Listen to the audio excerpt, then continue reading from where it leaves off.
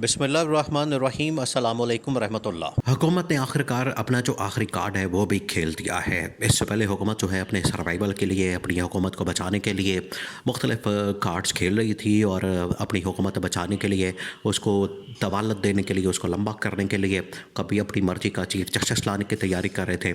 और अब जो है इन्होंने एक बहुत बड़ा कार्ड खेला है और वो कार्ड है army chief general Asim Munir की तैनाती के मतलब, उनके एक्सटेंशन के मतलब, उनकी तैनाती 5 साल करने के मतलब। ये बहुत बड़ा कार्ड खेला है हुकूमत ने। अब इसका इसका मतलब क्या है, इसका मकसद क्या है, इस हुकूमत हासिल क्या करना चाहती है, इसके बारे में बड़ी ही तहलका खेज किस्म की खबरें इस वक्त इस्लामाबाद में गर्दिश कर रही हैं। देखिए, मामला ये है कि हुकूमत तो पहले दिन से अपने सर्वाइवल की फ़िक्र में लगी है, अपने सर्वाइवल के लिए भाग दौड़ कर रही है, अपनी सर्वाइवल के लिए इनकी जानिब से मुख्तलिफ हरकतें की जा रही है, हथकंडे इस्तेमाल किए जा रहे हैं। और सर्वाइवल के लिए क्या किया जा रहा है, पहले दिन से 8 फरवरी वो वाला दिन है जब इनको ये अंदाज़ा ही नहीं था, इनको ये बहुत बड़ा सरप्राइज़ मिला कि इमरान खान एक बहुत ताकतवर लीडर के तौर पर सामने आ चुका है। और पब्लिक ने उसको इतना भारी मैंडेट दिया, इतना बड़ा मैंडेट दिया, इतने ज़्यादा वोट दिए, इतने ज़्यादा उसको सपोर्ट किया और सपोर्ट करके वोट दे के तो उन इमरान खान को कामयाब कर दिया। उनको ये अंदाज़ा नहीं था, नून लीग वालों को, पीपल्स पार्टी वालों को, ये कैंपेन कर रहे थे, एक दूसरे के ऊपर हमला कर रहे थे, एक दूसरे के ऊपर तनकीद कर रहे थे। असल में तो ये नूरा कुश्ती हो रही थी। ये जो एक दूसरे के ख़िलाफ़ तनकीद करते हैं, एक दूसरे के ख़िलाफ़, ये वही वाला फार्मूला है, विचों खाई जाओ तो रौला पाई जाओ, ये वो वाला फार्मूला होता है। ये इलेक्शन कैंपेन के अंदर ये जो एक दूसरे के ऊपर लफाजी और हमलाबाजी करते हैं, अब ये इन्होंने कर दिया। इमरान खान को तो बिल्कुल इन लोगों ने माइनस रखा और उसमें सहूलतकारी कौन फराहम कर रहा था, कादी फाइज ईसा। ये आप बैकग्राउंड को आप समझे, बैकग्राउंड बड़ी समझना ज़रूरी है, क्योंकि इससे ही आपको पता चलेगा कि इस वक्त जो आर्मी चीफ की तैनाती और एक्सटेंशन का जो इतना बड़ा कार्ड खेला गया है, उसके पीछे मकसद क्या है 5 साल का। अब इन्होंने क्या किया कि कादी फाइज ईसा ने मुकम्मल सहूलतकारी की। इलेक्शन कमीशन ऑफ पाकिस्तान ने इमरान खान को बदले के निशान से महरूम किया, PTI को माइनस किया, उसके खिलाफ केसेस मुकदमा और 3 अहम तरीन मुकदमात के अंदर इमरान खान को ठीक हफ्ता पहले इलेक्शन से 3 मुकदमात में इमरान खान को सज़ाएं सुना दी गई। ये सारी क्या हो रहा था, सहूलतकारी हो रही थी। अब इमरान खान क्योंकि जीत गया, बाद में फिर फॉर्म 47 बनाए गए, फॉर्म 47 बनाए गए, उसके बाद हुकूमत को जो है मैंडेट फराहम किया गया, ये हुकूमत में आ गए, हुकूमत बना ली। अब मखसूस नशिस्तों के ऊपर भी कादी फाइज ईसा ने सहूलतकारी की। अब ये मंसूबा बन चुका था कि कादी फाइज ईसा को हमने क्या करना है, कादी फाइज ईसा को अब हमने एक्सटेंशन देनी है, क्योंकि कादी फाइज ईसा एक्सटेंशन के बगैर अब हुकूमत का सर्वाइवल मुमकिन नहीं। एक्सटेंशन जो है वो कादी फाइज ईसा के लिए ज़रूरी नहीं बल्कि हुकूमत के लिए बड़ी ज़रूरी है। तो कादी फाइज ईसा को एक्सटेंशन देने की सूरत में हुकूमत जो है मुकम्मल तौर पर मजबूत हो जाएगी और वहाँ से कोई भी फ़ैसला हुकूमत के ख़िलाफ़ नहीं आ सकता।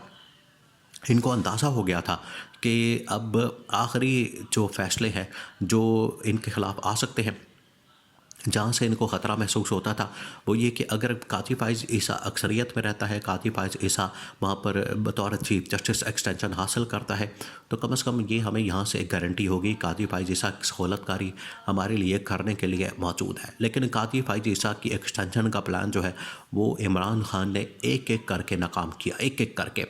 तो जब कादी फाइज ईसा चला गया तो इन्होंने आइनी तरमीम करके उसके अंदर 26वीं तरमीम, आइन के ऊपर हमला, सुप्रीम कोर्ट के ऊपर हमला, ये सारा कुछ इन लोगों ने कर दिया।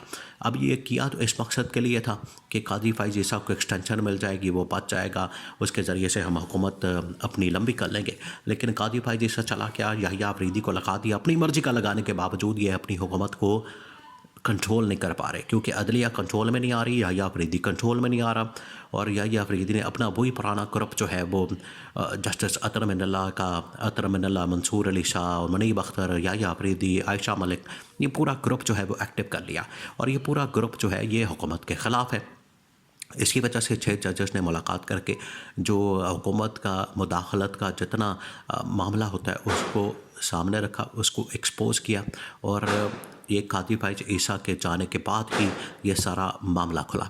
अब याहिया अफरीदी के आने के बाद इनको नज़र आ रहा है कि अब हम यहाँ पर सर्वाइव नहीं कर सकते, तो इन्होंने कम से कम एक और चीज़ सिक्योर करने के लिए, अपना इक़्तिदार पक्का करने के लिए इन लोगों ने क्या किया कि इन लोगों ने जो आर्मी चीफ जनरल आसिम है उसको 5 साल के लिए एक्सटेंशन देने का ऐलान कर दिया और इस हवाले से बिल भी पास कर लिया कि कादी फाइज ईसा तो नहीं रहा। कादी फाइज ईसा ने जो सहूलतकारी की और उसकी तरफ से जो सहूलतकारी हो रही थी वो तो नहीं रही।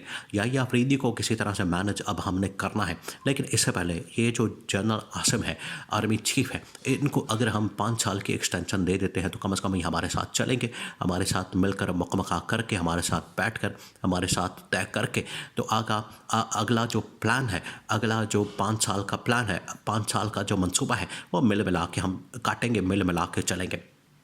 देखिए यही वो काम था, यही वो एक्सटेंशन थी जो कि इमरान खान के दौर में भी नवाज़ शरीफ की जानिब से जनरल बाजवा को दी गई थी। और जनरल बाजवा को एक्सटेंशन न मिलने के बाद ही आखिरकार जनरल बाजवा ने नवाज़ शरीफ को NRO दिया, नवाज़ शरीफ को यहाँ से भगाने के लिए रास्ता निकाला, नवाज़ शरीफ के लिए NRO केसेस माफ़ करके सब कुछ किया और ये नवाज़ शरीफ के बाद में वापसी का और वज़ीर आज़म बनाने का रास्ता भी खोला। ये सारा कुछ आखिरकार जनरल बाजवा ने किया। किस लिए किया?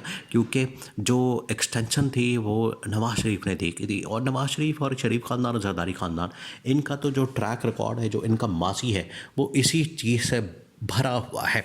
क्योंकि ये हमेशा से जज भी अपना लगाते हैं, चीफ जस्टिस भी अपना लगाते हैं, DGSI भी अपना लगाते हैं, आर्मी चीफ भी अपना लगाते हैं, सदर भी अपना लगाते हैं, हर चीज़ इन्होंने, और जो बड़ी टॉप पोस्ट होती हैं उसके ऊपर ये अपने ख़ानदान के लोग लगा देते हैं। तो इस तरह से ये पूरा सिस्टम फिर कंट्रोल कर लेते हैं, अपने हाथ में कर लेते हैं।